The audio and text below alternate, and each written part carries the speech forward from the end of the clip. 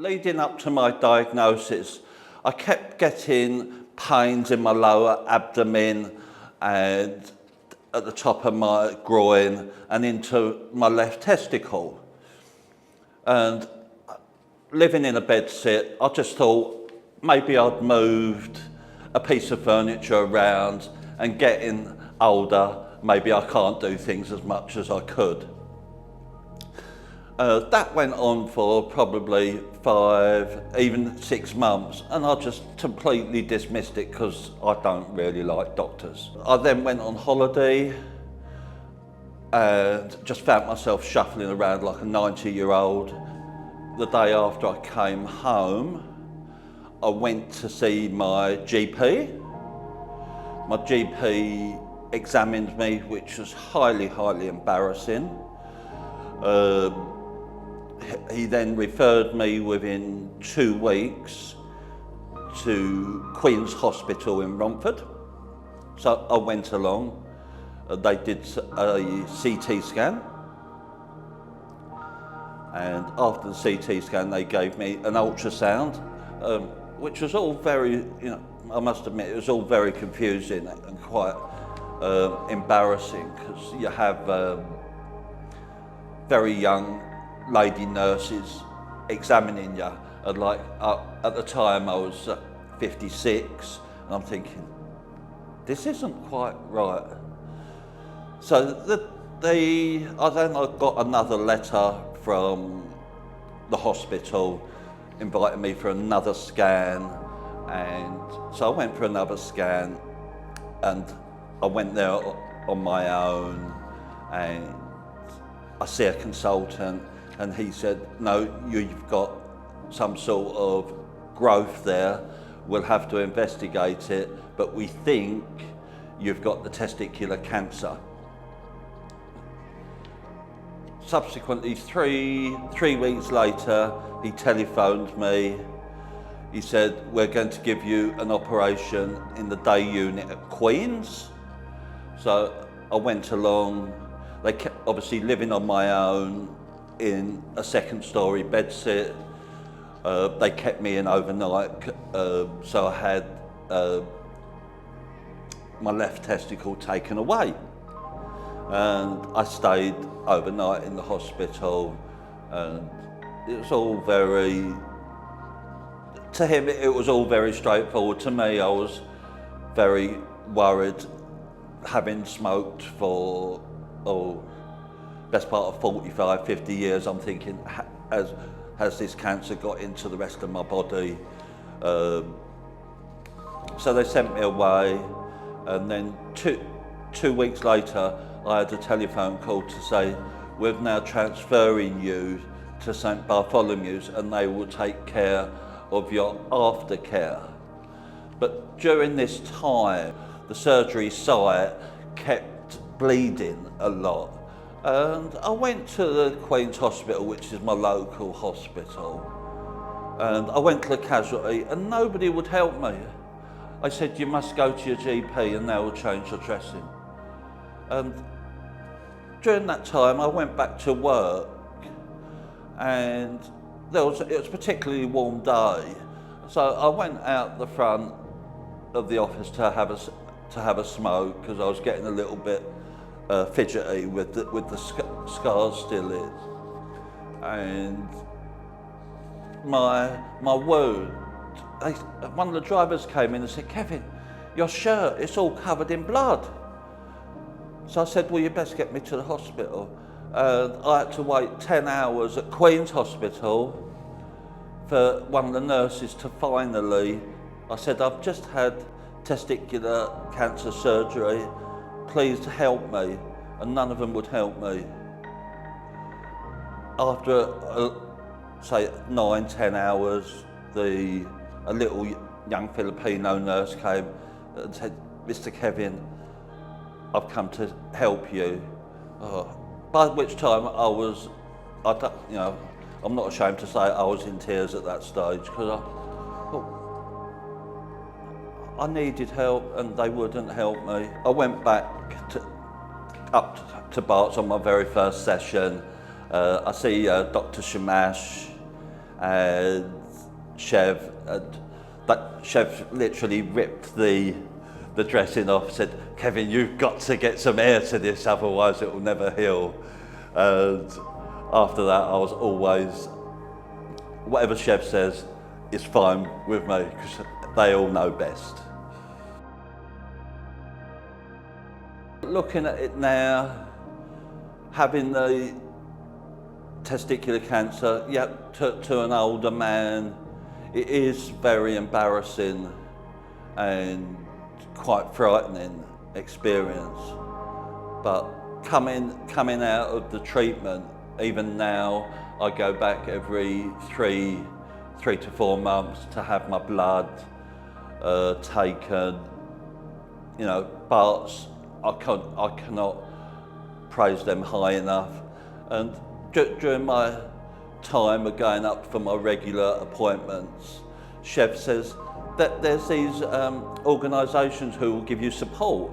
And then I contacted Darren at the Robbins Trust and said, "Darren," and he kindly sent me this little box of goodies. Like there was a little water bottle, and a doodling book, and a little tote bag.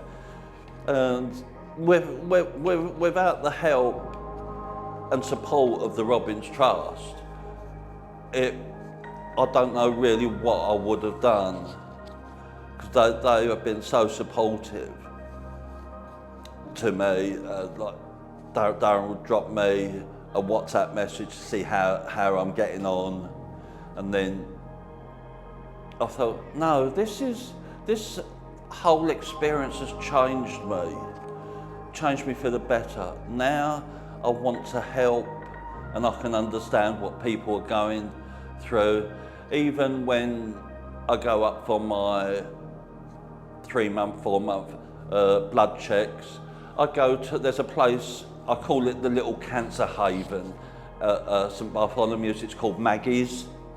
And you know, you go in there, you make some tea, there's people waiting there for their treatment, and I've met some amazing people. There's some people there with like terminal breast cancer, various different types of cancer, and they're sitting there having their cup of tea. I said, "No, you sit there, I'm going round the shop and we're going to have tea and cake, and I will make an effort to go to the local patisserie and we'll sit there," because I'm thinking, I'm in no rush. We'll have a chat. And so I've met some lovely, lovely people there. And then Darren spoke of the walk which we did last September, from Clacton to Walton. I got involved in that. And then last August I thought, no, I'm getting strong enough now.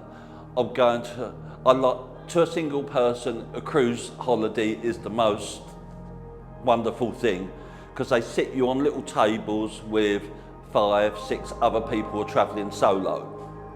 So I'm thinking, right, and on the top deck there's an exercise track, and they have a formal night on most cruise ships, and I like to be something different.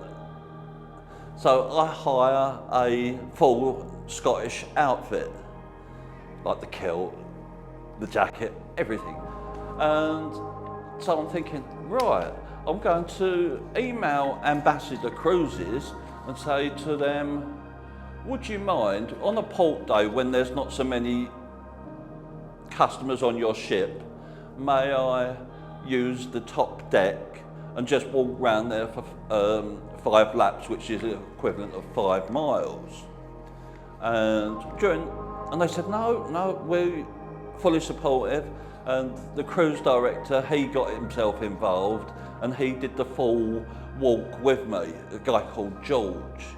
He's marvellous. And in the end, I raised just over £1,000 for the trust. You know, the cruise line, they donated £500 to me. So in the end, you know, Darren showed me how to set up a Just Giving page. So we set up a Just Giving page, and where I manage a taxi office in Hornchurch, I put all these notices up saying, I'm doing this walk in aid of the Robbins Trust. Please, will you support me? So that, and even now in the office where I work, I've got all like the little sticky stickers and some pictures of when I did the walk. And people say, oh Kevin, you've done really well, you've done really well. I said, no, the Robbins Trust is not the most biggest charity in the world, but to me, they're higher than Mount Everest. I cannot begin to give them so much of my time. It's given me a whole, I'm coming up to 60 now. I just want to be able to give other people. It's nothing to, it's this testicular cancer, it's nothing to be ashamed of. The chef said to me once, Kevin, I said to her, why have I got cancer? Why have I got cancer? She said, well, put it like this, your white blood cells what protect you during the normal day-to-day life, they took a holiday, and your white blood cells took a holiday, hence you got the cancer, and you got the germ cell cancer, because once they took the testicle away, obviously they analysed it, and they told me it was that. They checked all like the lymph nodes. I was at one stage, the consultant said, we'll give you 1 round of BEP treatment, but he said, no, you're doing really, really well. They're coming down. He said, we'll review it again in 2 months at that time. So he said, come back, have your blood. He said, no, you're free to go. The only unfortunate bit was I didn't have a chance to ring the bell. You see some stories of people surviving. To me, I only had like very small cancer, but thankfully I'm back to where I am. I've still got to go through the 5-year process.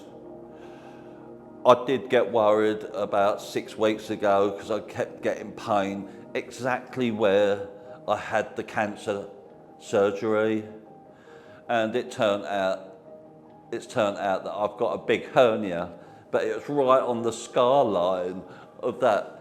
So they said, no, we'll arrange for you in a few months to have this hernia taken away. But the nurses said, I can understand, because I said to the consultant at Barts, I said, I think I've got the cancer come back. So they did the CT scan for me, and they said, no, everything is all good. So I said, oh, thank heavens.